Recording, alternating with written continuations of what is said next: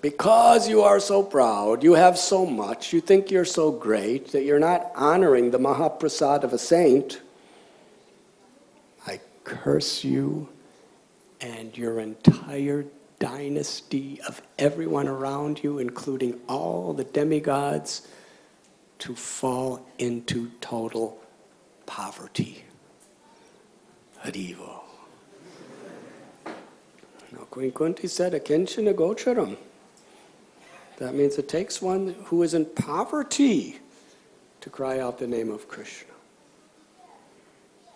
Now poverty doesn't mean necessarily that you lose everything you have in this world.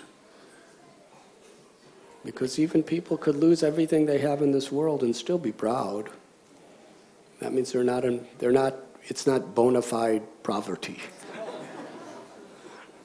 Real poverty means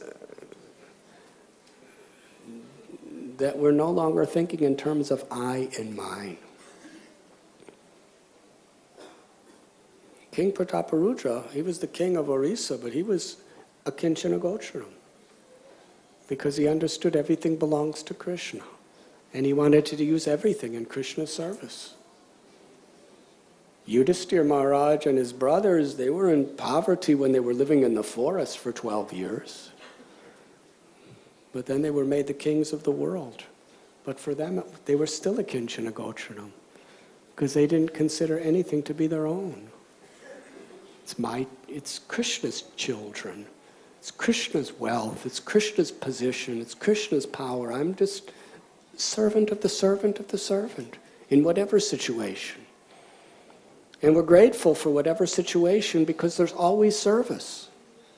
And there's always a chance to turn to Krishna and chant His holy names.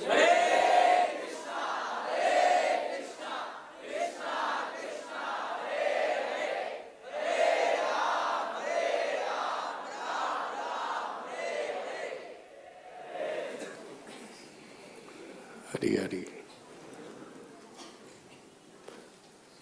So the Asuras took advantage of the situation and attacked.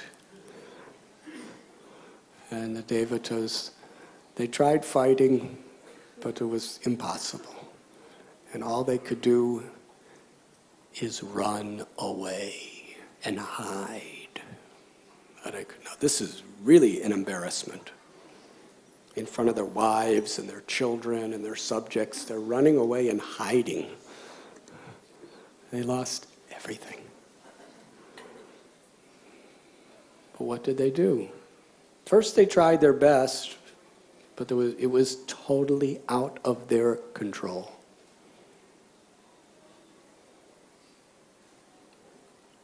I've seen devotees, who had their problems, had their issues,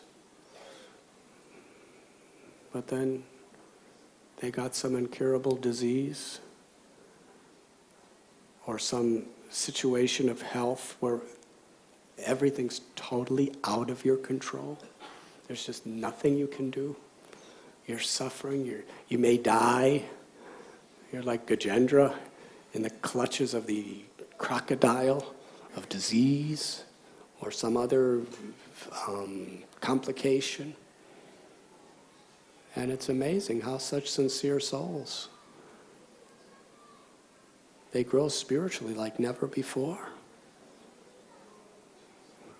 Because they recognize their humble position. They take shelter of the Lord. They pray to the Lord. And we have seen people become perfect in that situation, where they honestly accept the fact, not just in theory, but in realization, I am not the controller. There's forces beyond me.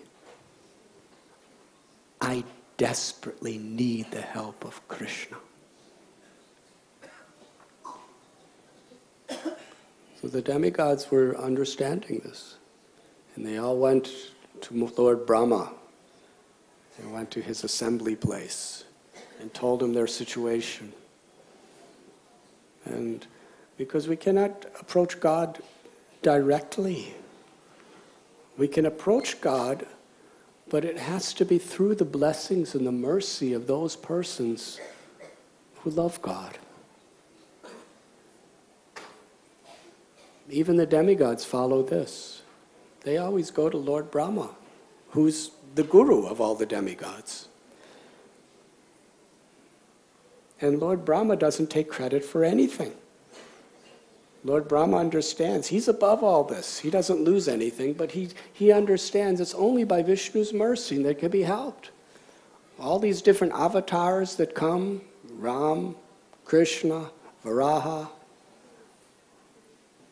Brahma prays to Krishna to come and save them. This is Guru. Guru doesn't take the credit. Guru just tries to connect the devotees to Krishna by petitioning Krishna's mercy and blessings upon these people. So he took them all to the ocean of milk, and there Brahma prayed with all the rest of them. And Krishna gave them good lesson. Now, we're almost out of time for my talk because we want the China devotees to speak. But as far as Kumbh Mela goes,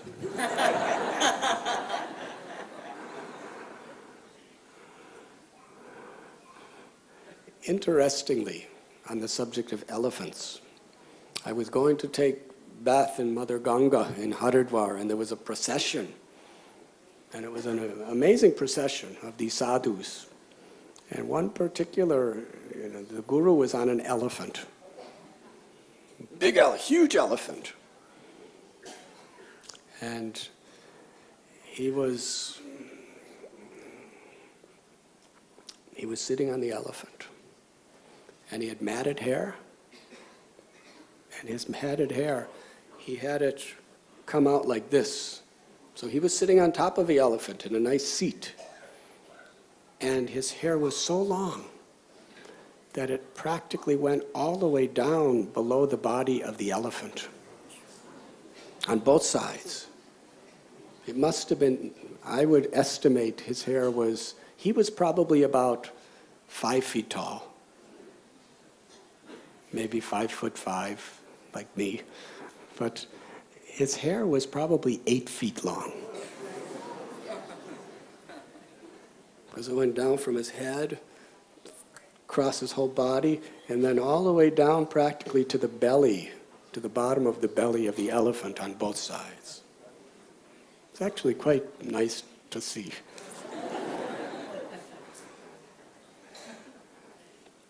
And there was bands playing and dancers dancing and singers singing. And meanwhile, he was going on the elephant. And behind him were his disciples. They were all sadhus. And they had ashes on their bodies and long matted hair. And they were all riding on camels. And each one had a particular weapon they were carrying, tridents and other swords. It was interesting because they were on because camels are not that easy to ride, actually. They're on the back of a camel, and one is carrying this big trident, and at the same time the camel's moving, and people are throwing garlands and flowers on all of them, and then they're trying to smoke ganja.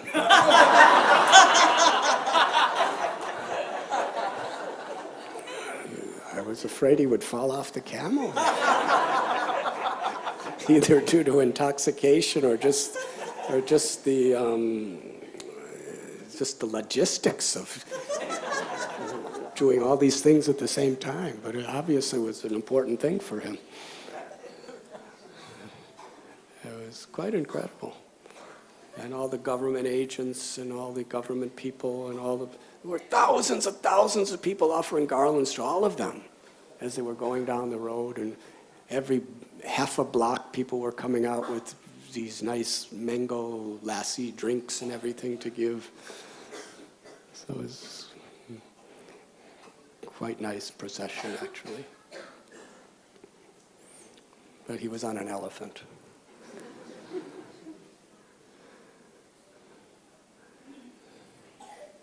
So, Vishnu, he speaks to the devas. And when Vishnu wants to help you, he does it in a way that you actually become self-realized if you just take advantage of the opportunity he's giving. Vishnu could have just, he's in the hearts of all the asuras, yes, he's the Paramatma. He could have just taken a Sudarshan chakra from within their hearts and just go, psh, and all the asuras are gone.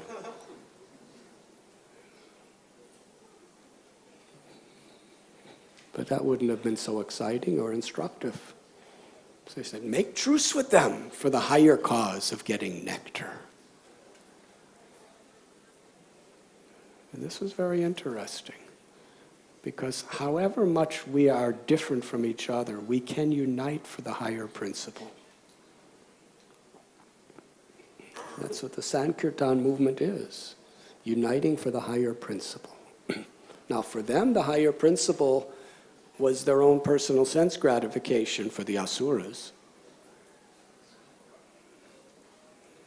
But for devotees, we can put aside all of our superficial differences for the higher principle of pleasing Krishna. Samsiddhir haritoshanam. The ultimate goal of all of our activities is to please Krishna, to please Srila Prabhupada. And in doing so, to become liberated from our own egos and love Krishna.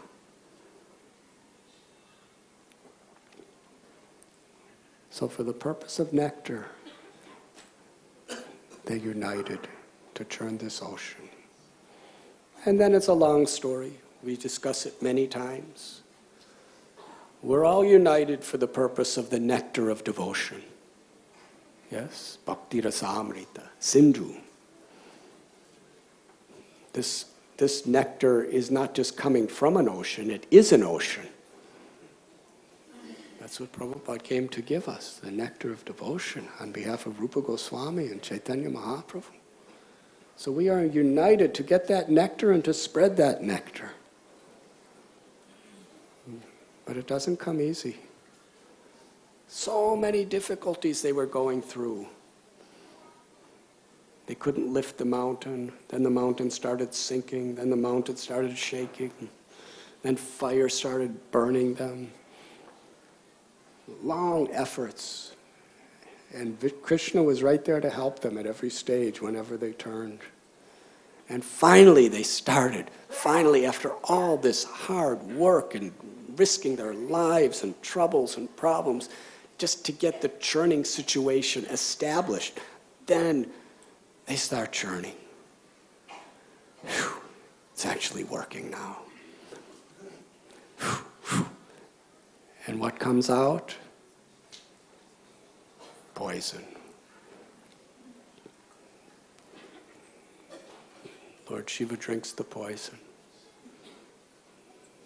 To show the ultimate service of the Lord is to show compassion to others, even if it means taking sacrifices and risks to oneself.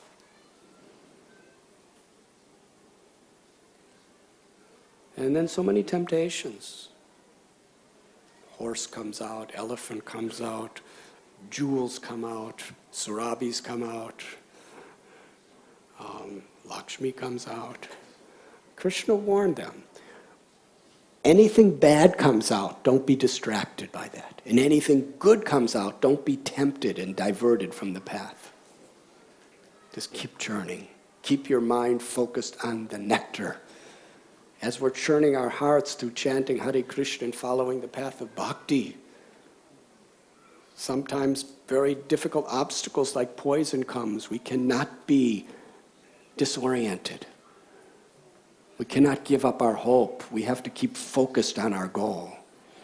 And other times, wonderful temptations and opportunities can come that can divert us from the path. We have to keep focused. And in order for that focus to be real, we need to We need to perform our sadhana sincerely every day, and we need very, very good association. Without good association, good hearing and chanting God's names, reading Bhagavad Gita, Srimad Bhagavatam, we can easily get diverted, either by the difficulties or by the charming opportunities that we get. They'll all come. We need to help each other keep our focus on the goal, pure love of God, and not stop with anything else. And eventually, Dhanvantari came out with a golden pot of Amrita. Just what they wanted. The demigods were so happy to see the Lord come out with this. But after all that work, all that trouble, the Devas took it all away. Another test. We trusted Krishna. And now they have it all, and they're going to drink it all, and things are going to be worse.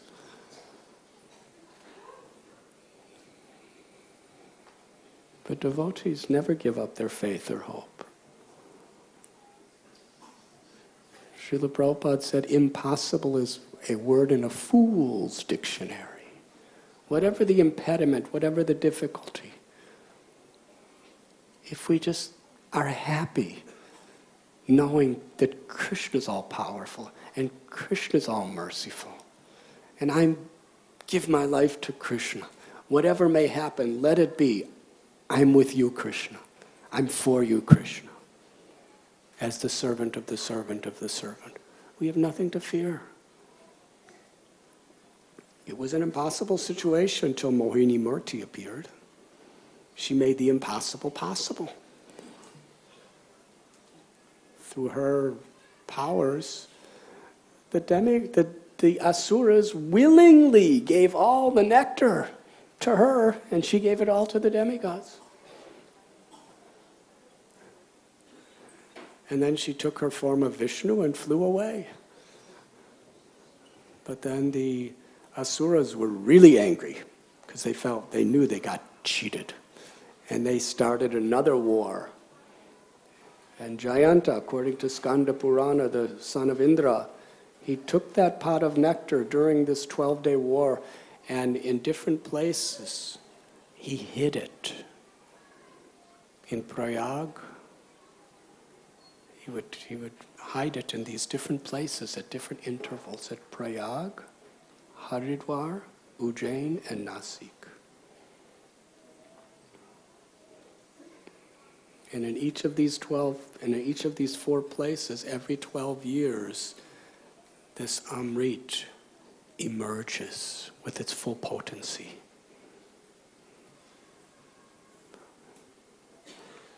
And according to what people want, Krishna reciprocates. If you go with real faith, and faith in this nectar, faith in the Ganga, faith in the Kumbh Mela, and with this real faith you go because you want something material, then you'll get blessed to get that material blessing. If you want mystic cities, like many of the yogis, they will get mystic cities. If you want liberation, if you're a Brahmavad, then you'll get liberation. If you want pure devotional service, then you will be enriched, and the doors will open wider, and there'll be more support and more facility given to you by the blessings of that to achieve pure devotional service. So many different people are going. Out of the 20 billion people that go, people are asking for different things.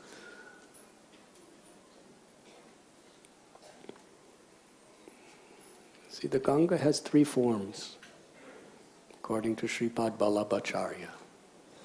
There's the form of the Ganga of water.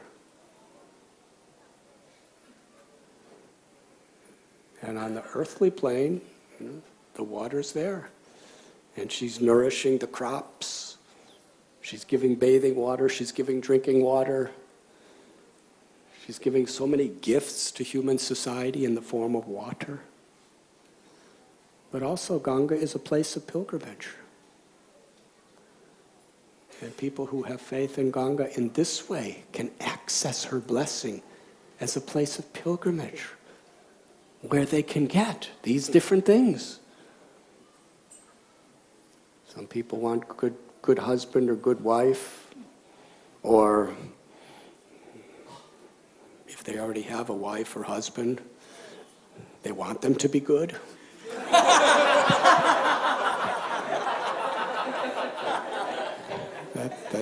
That's a more difficult thing to ask Mother Ganga. Make my husband or my wife the way I want them to be. Or they want to pass their exams, or they want their business to go better, or they want to win an election. So many things. People are going to bathe in the Ganga with some faith. Others want powers, mysticism. Others, they want love of God. So Ganga appears as a holy place of pilgrimage. And then the third aspect of Ganga is she is the divine goddess, an expansion of the pleasure potency of the Supreme Lord. And if we love her as a person, and have faith and worship her as a person, then she could give pure bhakti. Sri Chaitanya Mahaprabhu, what was his faith in Mother Ganga? Should I continue?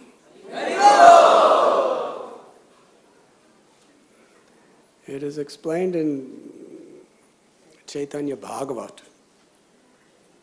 that Ganga Devi, the goddess, the divine personality of Ganga, who presides over the Ganga, who's non-different than her water, and who's non-different than her being the place of pilgrimage to remove our sins. Ganga Devi is thinking that Yamuna Mai is such wonderful service. The Gopas are bathing in her, and Krishna and Balaram are bathing in her, and they're bringing the cows and the calves and the bulls to drink her waters, and they're having all sorts of water sports in Ganga, and she's supplying such beautiful, beautiful arrangements. Yashoda Mai is bathing Krishna in the Yamuna, and Nanda Maharaj is taking baths in the Yamuna, and Krishna and all his friends are having their most intimate, loving leelas. And the gopis, Krishna's standing on the bank of the Yamuna playing his flute, and Yamuna's stopping her waters and bringing him lotus flowers. And then on the banks of the Yamuna, the gopis are having Ras Leela with Krishna, and she's offering soothing breezes for the pleasure of Krishna and Radharani and gopis. And then in the Ras Leela, Krishna takes Radharani and all the gopis in the Yamuna, and they're laughing together and playing together and hiding behind lotus flowers together, and Yamuna is just serving. All she does is serve, facilitate love, facilitate pastimes. Ganga was not envious. Ganga was not jealous. Ganga was just so much happy to see the good fortune of Yamuna, but was longing that she could do that service too. So she did tapasya. And Krishna gave her the blessing in Kali Yuga. Radha and Krishna, Radha Krishna will appear as Gauranga Mahaprabhu. Radha Bhava Duti Suvalitam Nomi Krishna Swarupam. And perform the same Braja Leela in Navadvip. And you will be there to assist in every way.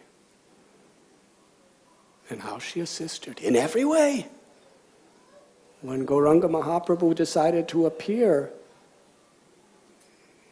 he chose to do it during an eclipse where everyone was in the Ganga.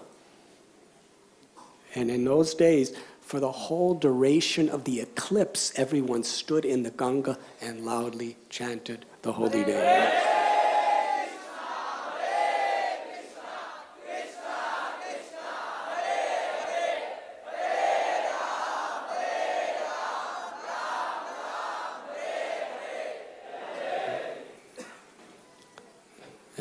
Nimai, when he was a little boy, his mother would make all nice arrangements for him to bathe in Ganga. And when he was a student, practically for a major portion of the day, Nimai and his students would just play in the Ganga. They'd splash everyone and spit water in the faces of Brahmins who were trying to do their Gayatris. So many pastimes. Just playing in the Ganga, almost all day, Nimai and his friends, just like Krishna and the Gopas. In fact, they were Krishna and the Gopas. And Keshav Kashmiri, what was Nimai's love and faith in Ganga? 3 times a day. He would bow down to her, worship her, honor her. He was teaching us what devotion is. And when Keshav Kashmiri came, we saw the drama, Adi Keshav Prabhu. He appeared. And little Taruni was Nimai.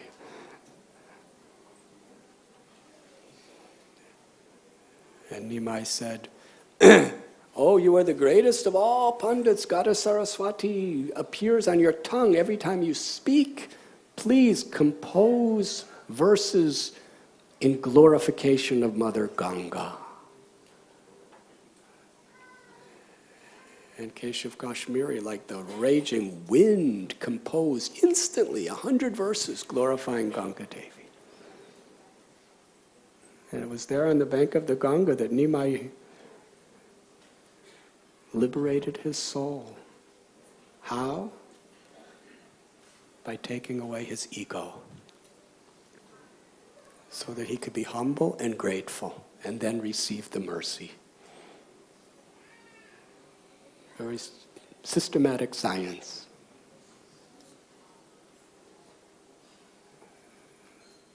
And Mahaprabhu, he inaugurated the Sankirtan movement on the bank of Ganga.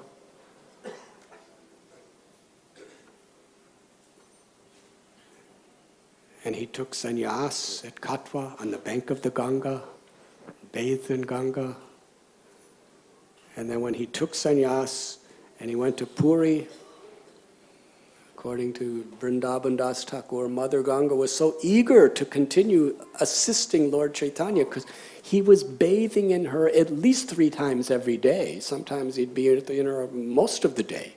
And she was just doing seva, offering her life for the pleasure of the Lord and his devotees. But now he's living in Puri. So Ganga was flowing very fast from Navadvip to merge into the sea.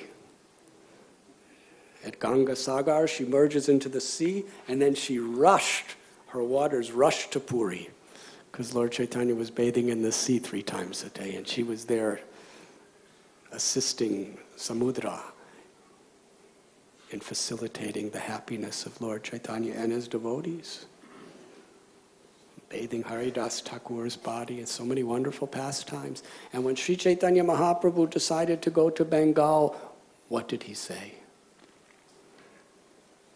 He said, "I come in 2 forms in this age of Kali. As wood and as water. As wood I am Lord Jagannath, and as water I am Mother Ganga, who have come to deliver the fallen souls of their sins and give love for Krishna." And when Sri Chaitanya Mahaprabhu was walking, he said, "I'm going to Bengal." Lord Chaitanya said at one point, "I'm going to Bengal for 2 reasons. To see my mother, Sachi, and my mother, Ganga." And as he was on his way, when he came close to the Ganga, he started glorifying anyone who bathes in Ganga, touches the Ganga, drinks Ganga, sees Ganga, or anyone who is touched by a breeze that has come from the Ganga will get Krishna prema, love for Krishna. Now, is this an exaggeration? No. But we have to be receptive. That blessing is there. but we have to be receptive to benefit. It's like for those of you who have Ayurvedic doctors, recently one Ayurvedic doctor wanted to give me some medicine, so he told me I have to do some sort of a panchakarma. By doing that panchakarma, an abbreviated version, he said that will facilitate the ability to digest and assimilate the medicine. Otherwise, even the best medicine, if you can't digest it and assimilate it, it has minimal benefit to you. To the degree you have the power to assimilate a medicine, it actually takes effect. So to the degree we are humble, to the degree we are grateful, to the degree we really, really deeply have a service attitude, to the degree we really have faith, then yes, just the breeze of the Ganga can awaken love of God with us if we have the receptivity to digest that blessing.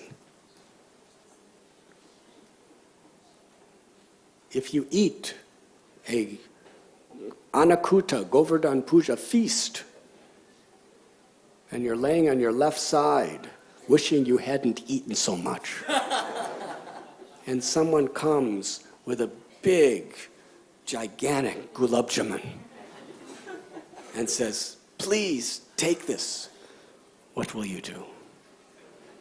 We will go, You have no power. But if you're really hungry, then you could really appreciate it and you could assimilate it. You can digest it. So similarly, that humility, that gratitude, that service attitude gives us a hunger for Krishna prema, a hunger for service, a hunger to chant God's names. And then when we chant Krishna's names, when we take bath in the Ganga, when we associate with holy people, we get proportionate effects.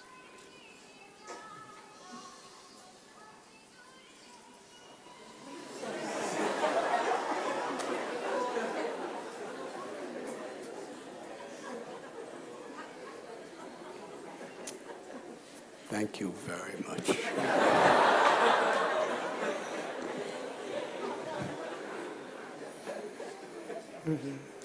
See, devotees are so nice. Even disturbance makes devotees happy.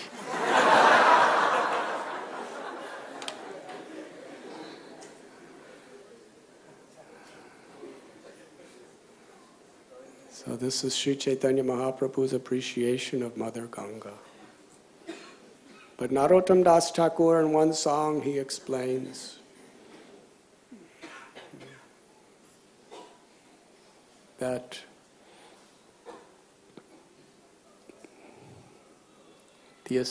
by bathing hundreds of times in the Ganga,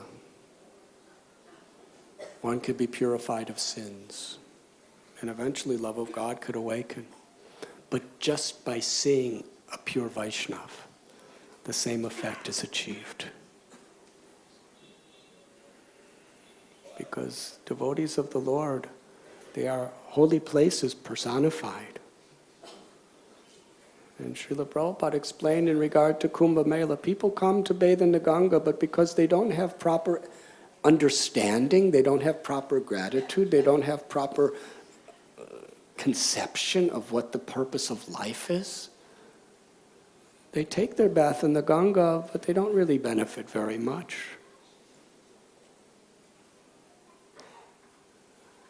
Therefore, the real purpose of going on pilgrimage, whether it's Kumbh Mela or going to Vrindavan or Navadvip, is to associate with holy people.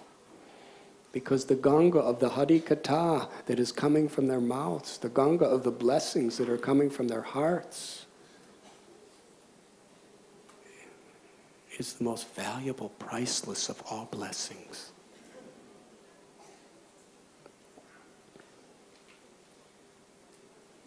And Prabhupada would quote Vedavyas that those who go to the holy place just to bathe in the river without associating and seeking out saintly people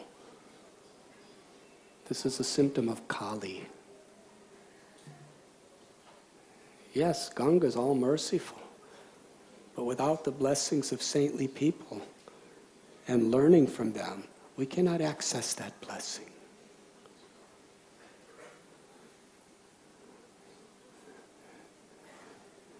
And the most powerful current of grace in this age of Kali is Krishna's holy names. Kalera dosandide rajan asti heka mahad guna kirtanad eva krishnasya mukta sangha param raje. This Kali is an ocean of faults, but there is a benediction.